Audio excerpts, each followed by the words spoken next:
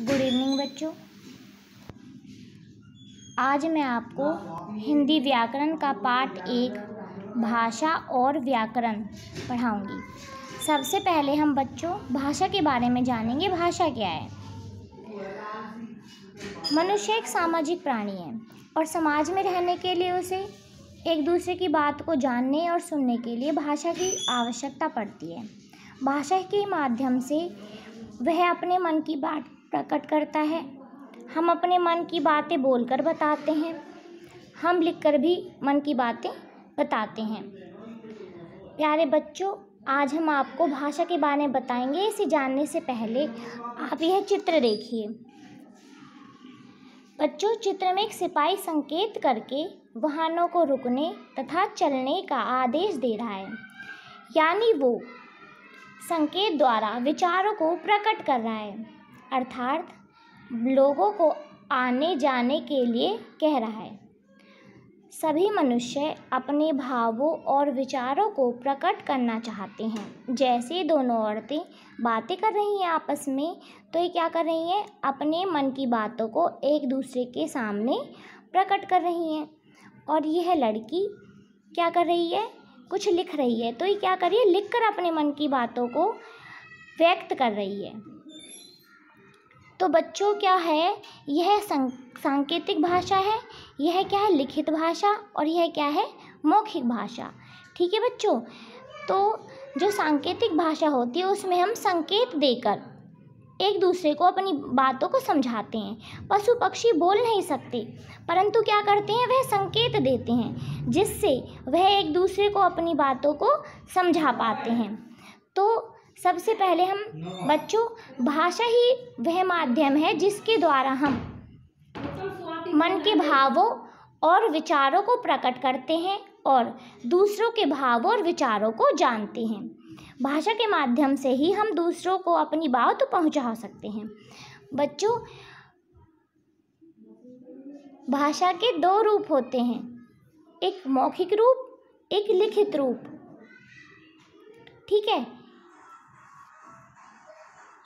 बच्चों, आप जानते हैं कि हम लिखकर और बोलकर अपने विचारों को प्रकट करते हैं तथा पढ़कर और सुनकर दूसरों के विचारों को ग्रहण करते हैं।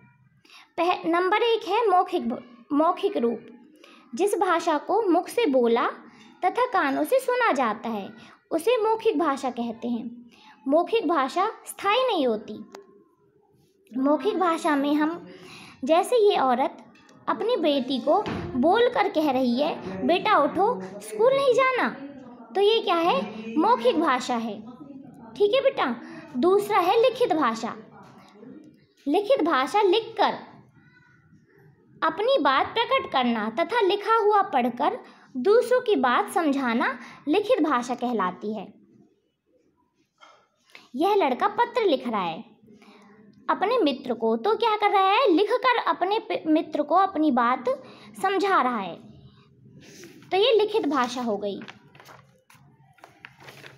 आगे हम जानते हैं कि लिपि क्या होती है। बेटा, अब हम लिपि के बारे में जानते हैं। लिपि क्या है? भाषा एक तरीका है। भाषा को लिखने के ढंग को हम लिपि कहते हैं। ठीक है बेटा। जिस टाइप से भाषा लिखी जाती है उस विधि को क्या कहते हैं? लिपि कहते हैं। बच्चों, आप जानते हैं कि हमारे देश में अनेक भाषा बोली जाती हैं। तो जब कुछ बोलते हैं तो मुंह से कुछ ध्वनियाँ निकलती हैं। हम इन ध्वनियों को लिखने के लिए कुछ विशेष चिन्ह निर्धारित होते हैं। इन चिन्हों को ही लिपि कहते हैं। ठीक है बेटा। प्रत्येक भाषा की अपनी एक लिपि होती है, वह एक लिपि में लिखी जाती है। जैसे हिंदी भाषा किस में लिखी जाती है? देवनागरी में। अंग्रेजी भाषा किस में लिखी जाती है बेटा? रोमन में। तमिल भाषा लिखी जाती है बेटा? तमिल में। गुजराती भाषा गुजराती में। पंजाबी भाषा गुरुमुखी में। कश्मीरी शारदा में। और मराठी देवनागरी में। और बेटा तेलुगु में लिखी जाती है। ठीक है बेटा। तो बेटा, इनमें हिंदी सर्वाधिक लोकप्रिय व प्रचलित भाषा है। 14 सितंबर 1949 को हिंदी को भारत संघ की राजभाषा के रूप में मान्यता प्राप्त हुई थी। यही कारण है कि हम प्रतिवर्ष 14 सितंबर को हिंदी दिवस के रूप में मनाते हैं। ठीक है बेटा, 14 सितंबर को क्या है? हिंदी दिवस है जो हम मनाते हैं। आइए बच्चों, अब हम व्याकरण के बारे में पढ़ते हैं। व्याकरण क्या है? प्यारे बच्चों, हम व्याकरण के बारे में पढ़ते हैं। व्याकरण क्या है?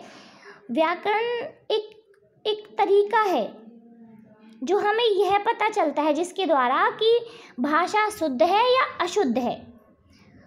भाषा संबंधी नियमों का ज्ञान कराने वाले शास्त्र को क्या कहते हैं? व्याकरण कहा जाता है, जिससे हमें भाषा के शुद्ध और अशुद्ध रूप का बेटा ज्ञान होता है। उसे क्या बोलते हैं? व्याकरण बोलते हैं। भाषा से ही हमें शुद्ध और अशुद्ध रूप का पता चलता है कि यह बात सही है बोली जा रही है या गलत बोली जा रही है। जैसे बेटा दीपक खाना खाती है, मेरा भाई आया है। तो बेटा दीपक खाना खाती है, इसमें क्या है? खाती नहीं होना चाहिए, इसमें होना चाहिए खाता है, क्योंकि ये क्या है? ये स्त्रीलिंग के लिए बोला जाएगा खाती है, पुल्लिंग के लिए क्या बोला जाएगा? खाता है। मेरा भाई आया है, यह वाक्य सही है। यहाँ पर यही आएगा, मेरा भाई मेरा आया है, तो ये क्या है? गलत है। यहाँ आएगा मेरा भाई आया है। ठीक है बेटा, ये दोनों वाक्य अशुद्ध हैं, क्योंकि हिंदी व्याकरण में जो लिंग, वचन और कारण कर्ता का है वही क्रिया का भी होना चाहिए, इसलिए दोनों वाक्य अशुद्ध है। इनका शुद्ध वाक्य होगा दीपक खाना खाता है, और इसका होगा मेरा भाई आया है। ठीक है बेटा, तो व्याकरण भाषा के उन नियमों को कहते हैं जिसकी सहायता से हम शुद्ध बोलना, लिखना और क्या करते हैं बेटा? पढ़ना सीख जाते हैं। उसे क्या बोलते हैं बेटा? व्याकरण कहते हैं। ठीक है बेटा, तो आज हमने क्या जाना? आज हमने जाना भाषा क्या होती है, भाषा के कितने रूप हैं और लिपि किसे कहते हैं। ठीक है बेटा, और व्याकरण क्या होती है। तो हमारे कितने प्रश्न बने बेटा? 4 प्रश्न बने। ठीक है, तो आप अच्छे से, उम्मीद है मुझे अच्छे से समझ गए होंगे कि भाषा क्या है, व्याकरण क्या है, लिपि क्या है और भाषा के कितने रूप होते हैं। ठीक है बेटा, आगे हम इसके क्वेश्चन आंसर करेंगे। अब तक के लिए इतना ही। धन्यवाद।